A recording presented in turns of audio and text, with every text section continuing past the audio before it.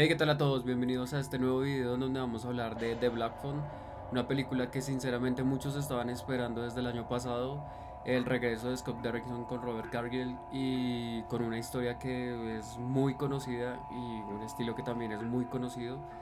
Y nada, veamos algunas imágenes y les cuento qué tal me pareció esta película. The papers call him the grabber. I wish you wouldn't call him that. You don't actually believe that story, do you? Because he can't hear you, and he doesn't really take kids that safe. En 1978, unos niños del norte de Denver son asediados por lo que parece un asesino que los va secuestrando sistemáticamente. Finney y Gwen son unos niños que viven con su padre que tiene unos problemas con el alcoholismo. Y sobre todo Finney es un niño que sufre de acoso en el colegio, sufre de bullying. Y este niño pues se cruza con este asesino que está aterrorizando a todos los niños de esta localidad y pues termina en el sótano de su casa. Toda la película gira en torno a estos acontecimientos y obviamente al secuestro de Finney. Scott Derrickson es un director que ya está consagrado en la industria del cine. En el género del terror lo hemos conocido por Hellraiser 5, Inferno, que se estrenó en el 2000 y esta fue como su entrada a todo este mundo del terror. Obviamente Hellraiser Inferno no es la mejor película de la saga, no es la mejor película de Scott Derrickson, pero creo que es una de las películas más queridas dentro de los fanáticos de Hellraiser y dentro de los que siguen toda esta saga de películas de Pinhead. Luego nos asustó a todas las personas que crecimos en los 90 y en los 2000 con El exorcismo de Emily Rose, que para muchas personas no es una película que sea buena y no es una película que los haya impresionado, pero repito, para los que crecimos en los 2000 y en los 90, creo que es una película que logró traumarnos bastante y creo que su manejo de la historia y el manejo de los exorcismos creo que es bastante disruptivo para ser de los 2000. Y finalmente pues la película que más conocen de Scott Derrickson es Sinister, que del 2012, que prácticamente todo el mundo la ha visto y encabeza las películas más aterradoras comprobados por la ciencia. Llegamos a Líbranos del Mal, una película que si bien muchas personas le han gustado esta película y hay un grupo de fanáticos de esta película, creo que es la peor película de Scott Derrickson en cuanto a terror. Creo que es una película que la han sobrevalorado mucho y que definitivamente para mí no es mi favorita de este director. Finalmente Scott Derrickson se une con Robert Cargill para adaptar una historia de Joey Hill, el hijo de Stephen King, que tiene toda la firma de Stephen King, tiene todo el estilo de Stephen King, del terror de Stephen King de los 70s y los 80s. Y este estilo que hereda Joe Hill y es impregnado de esta película es obvio y se siente mucho en los cimientos de esta película. Para mí The Black Phone es como una mezcla de entre Mystic River con este tono bastante oscuro, mezclándola como películas de The Boy Behind the Door, que creo que es una película del 2020 si no estoy mal, que lo hace muy bien, toca este tema de los secuestros de los niños y cómo estos luchan para sobrevivir y liberarse. Creo que The Black Phone no supera a The Boys Behind the Door, obviamente porque tiene más componentes de Black Phone para separarse un poco de este estilo de películas que buscan mostrar a un asesino enmascarado o un asesino que busca niños. Es una película que mezcla de manera excelente el terror real y el terror fantástico. Por un lado, el terror de ser secuestrados por un asesino y estar metidos en un sótano maloliente y con toda la mala pinta. Y por otro lado está el terror fantástico que llega en forma de fantasmas, también del hermano de Finney y Gwen, que la hermana de Finney y Gwen que habla con Jesucristo. Esta parte también me pareció algo raro. Y, y de cierta forma Scott Derrickson hace una mezcla de estos dos de una forma muy buena. Sinceramente el fantástico lo sentí muy rebuscado, lo sentí como que es es el comodín para poder resolver la trama, pero creo que a medida que nos vamos adentrando en la historia, a medida que nos vamos acostumbrando al estilo que nos ofrece Scott Derrickson, creo que funciona muy bien y creo que se hace necesario esta resolución fantástica para pues lo que sería un secuestro. Creo que es una película que logra la suspensión de la credulidad y creo que es una película que lo hace muy bien, nos atrapa desde el inicio y nos lleva a un viaje hasta el final que es muy bueno. Como dato curioso, Scott Derrickson toma este cuento de Joe Hill y lo mezcla con experiencias cercanas. En una entrevista, Scott Derrickson habló que en su niñez le hacían mucho bullying y lo acosaban muchísimo otros niños. Incluso este personaje mexicano que tiene en el personaje principal y que le ayuda finalmente pues, a enfrentar a todos estos niños que le hacen daño, es prácticamente una copia de lo que él recuerda de un amigo que tuvo en su localidad donde él nació. Entonces podemos ver que The Black Phone no solo está hecha con personas que les gusta el género del terror, sino que también han impregnado parte de su vida dentro de esta película. Entonces es algo para resaltar. Para las personas que les gusta el guionismo, Scott Derrickson y Robert Cargill vuelven a esta película Black Phone con la misma fórmula que tuvimos en The Sinister, estas pistas que se van dando a medida que avanza la historia. Para los amantes del guionismo es prácticamente un salva al gato en toda regla. Creo que la estructura tan simple y también llevada de la trama A y la trama B, que por un lado está el chico secuestrado y por el otro lado su hermana Gwen, que está tratando de buscarlo con ayuda de Jesucristo. Eh, es un ejemplo claro de cómo construir un guión y cómo llevarnos dos historias hasta pues a un final que pues es más que obvio. Finalmente la trama se sostiene sola, la trama está muy bien dirigida y está muy bien escrita.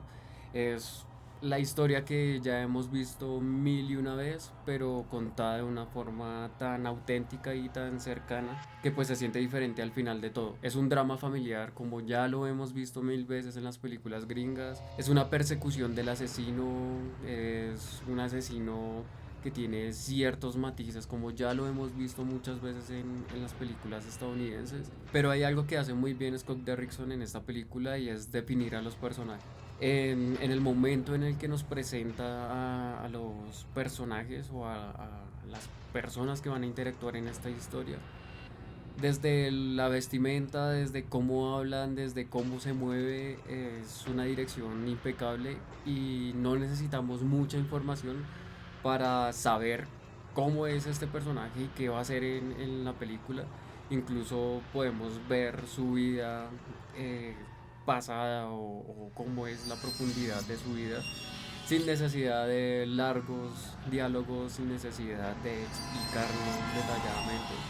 Creo que los personajes protagonistas están muy bien actuados y están muy bien delineados, pero los personajes secundarios me sorprendió muchísimo que con tan solo verlos y con tan solo dos líneas ya sabemos qué es lo que pasa, ya sabemos incluso qué es lo que le sucedió a todas estas personas para volverse lo que son. Y pues está el nuevo villano, el nuevo slasher enmascarado, el nuevo asesino enmascarado, que Ethan Hawke lo hace maravilloso y lo hace increíblemente con las pocas herramientas que le dio Scott Derrickson. Y creo que se nota muy bien cuando vean la película que este hombre ya está en otras ligas. Y hablando de The Grabber, este personaje que da vida a Ethan Hawke con estas magníficas máscaras diseñadas por el gran Tom Savini. Un Tom Savini que es un ícono dentro del género del terror, dentro del cine incluso estadounidense, es prácticamente una leyenda y el hecho de que Tom Savini haya diseñado esta máscara, haya diseñado todo el maquillaje, le da un plus a la película y le da este estilo retro de los 70s que estaba buscando Scott Derrickson. A Tom Savini, pues todo el mundo lo conoce, podemos quedarnos hablando de este hombre muchos videos. El trabajo en The Texas Chainsaw del 86, la segunda de la saga. El trabajo en The Day of the Dead, el trabajo en Viernes 13, la del 84, el trabajo en Maniac, el trabajo con Robert Rodríguez en Grit House en el 2007 y está The Dawn of the Dead, que este hombre ha participado en muchísimas películas y ha hecho maquillajes y ha hecho diferentes máscaras que lo hacen una leyenda y pues aquí demostró por qué es tan bueno diseñando diferentes máscaras, diseñando diferentes estilos con los que Ethan Hawke jugó y pues un Ethan Hawke que se luce totalmente. Recordemos que Ethan Hawke en The Daybreakers del 2015 dio como su entrada al género del terror y también lo recordaremos en La Purga, que también hace un muy buen papel, pero pues aquí definitivamente lo que hace Ethan Hawke con su expresión corporal y con su estilo de actuación y cómo le impregnó esta locura implícita dentro del personaje es una locura y es bastante admirable ver a un actor que lo haga tan bien y que cree un personaje desde cero y cree un personaje de la nada y lo haga una leyenda, porque creo que a partir de este momento todo el mundo va a empezar a ponerse esa máscara y va a empezar a citar a este personaje enmascarado dentro de los tops. Que por cierto, The Grabber, el personaje ficticio, se asemeja un poco más a Art, este payaso asesino, un poco más a It. Obviamente los guiños a It y a todo el trabajo de Stephen King de la mano de Joe Hill pues son obvios y son creo que lo más innecesario y lo más cliché de toda la película, pero creo que el personaje de Grabber es un personaje muy bien construido, un personaje muy bien actuado e incluso se siente mucho terror al ver cómo transmuta con sus máscaras. Cada cambio de máscara es muy interesante, casi como cuando vemos a este actor en Fragmentado cambiar de personalidad. Casi vemos esta psicosis de un asesino en serie que está demasiado perturbado y el cambio de máscaras lo hace resaltar muchísimo más. Pero a pesar de una actuación salvaje de Ethan Hawke y de un personaje que es bastante perverso y asesino, que no muestra la cara y en ciertos momentos la cara que muestra cuando secuestra a este chico pues es incluso más perversa. Creo que además de eso la película no brinda sustos considerables como pues nos tenía acostumbrados en Sinister, que pues son los sustos de, de toda la vida y son los sustos que pues hacen a Sinister una de las películas más tenebrosas. Pero pues en esta película en The Black Phone nos quedamos con la deuda porque se enfoca más en el drama, en el momento, se enfoca más en mostrar las diferentes capas que tiene esta película y nos deja con pequeños estallidos de terror o de sustos que, que pues son como para amenizar una película de terror, pero más allá de eso no pueden esperar el terror así asfixiante. Y pues prácticamente el terror de estos fantasmas no son los que atacan, no son los que normalmente en una película de fantasmas vemos hostigando a los personajes principales, sino son el medio para poder darle resolución a este problema que es el secuestro. Entonces, más que fantasmas por los cuales tener miedo, sino son más fantasmas amigos que acompañan y nos acompañan junto al personaje principal para poder salir de toda esta pesadilla que es en realidad el terror de la vida real y de estar secuestrado por una persona. Ese es el verdadero terror de esta película. A Scott Derrickson lo podemos ver en esta película como un director que sabe jugar con los tropos típicos del género del terror. Es una película de terror que ya hemos visto muchas veces, es una película incluso de no terror que ya hemos visto muchas veces por la construcción y el tiempo que se toma para cada acto, pero creo que la película pierde un poco el ritmo y se torna un poco aburrida cuando este tema del teléfono negro que comienza a sonar y comienza a dar todas las pistas, se comienza a instalar un ritmo bastante monótono. Y pues obviamente estas pistas que nos da Scott Derrickson, que en Sinister eran a través de unas cintas de video, en este caso pues son diferentes llamadas del más allá, y creo que juega en contra un poco con el ritmo y con el aura de la película. Pero pues afortunadamente no es algo que dure tanto y afortunadamente la trama B, que es la de la hermana afuera, le brinda un poco más de dinamismo y hace que esta película pues sea disfrutable incluso desde el punto de vista de pues un elemento que es bastante absurdo, pero pues Scott Derrickson no tiene la culpa aquí, la culpa es más de Joe Hill que hereda todos estos tropos del género del terror de su padre y que lo hacen tan obsoletos y que lo hacen tan estúpidos que pues ya lo podrán leer en los libros de Stephen King. Tenemos esto por montones.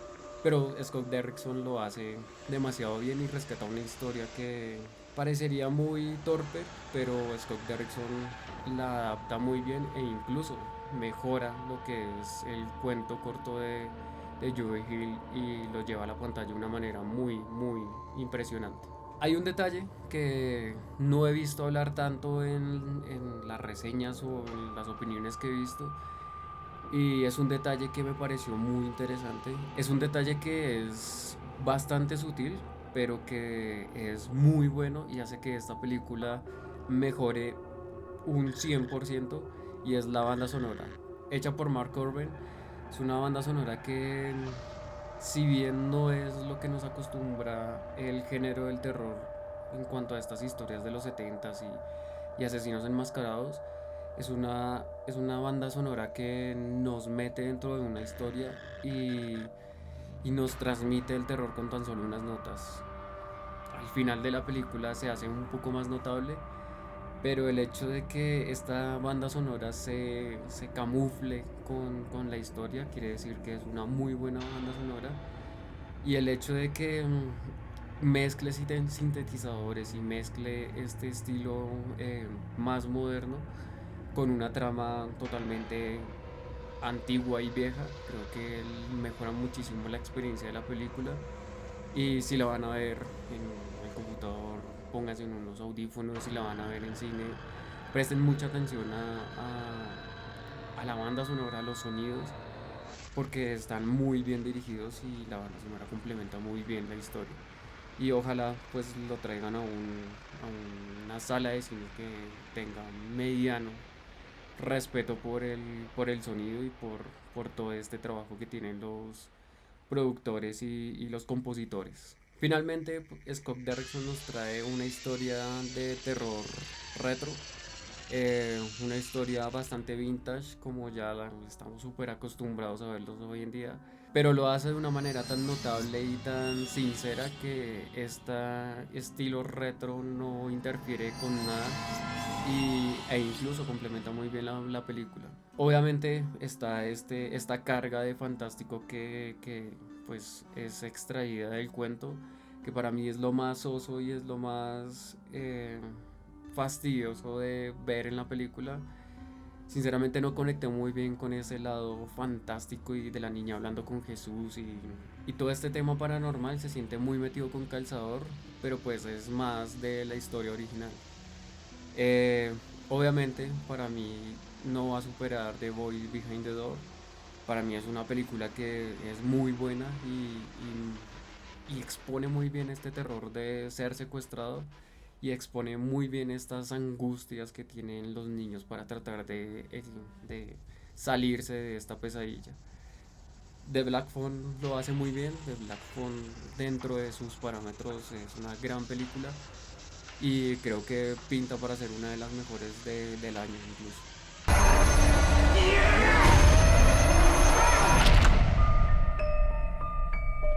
Finalmente, pues Scott Derrickson nos trae un cuento de hadas sórdido que está enmarcado entre todo este tema de John Wayne Gacy y todas estas series que están saliendo en Netflix, aprovechándose de todo este hype que está detrás del true crime y de todas estas historias que ya nos cuentan y nos recuentan los asesinos seriales de Estados Unidos y cómo este país es un experto exportando estas historias y creando estos personajes. Y pues finalmente Scott Derrickson entra a este salseo, entra a todo este juego de los asesinos seriales y lo hace muy bien, lo vuelve a hacer muy bien y nos vuelve a dejar otro personaje que creo que va a ser icónico de aquí en adelante para el género del terror. Nada, vayan a ver esta película, si ya la tienen en cine, si es pronto la van a estrenar, vayan a verla a cine y me cuentan qué tal les pareció. Esta película me hizo gran ilusión y pude extraer muchísimas cosas nuevas de esta película que parece una fórmula ya establecida y escrita en piedra que pues cuando llega un director que la sabe usar y cuando llega un director que sabe lo que hace, pues tenemos este resultado. Entonces nada, vayan a verla, me cuentan en los comentarios qué tal les pareció.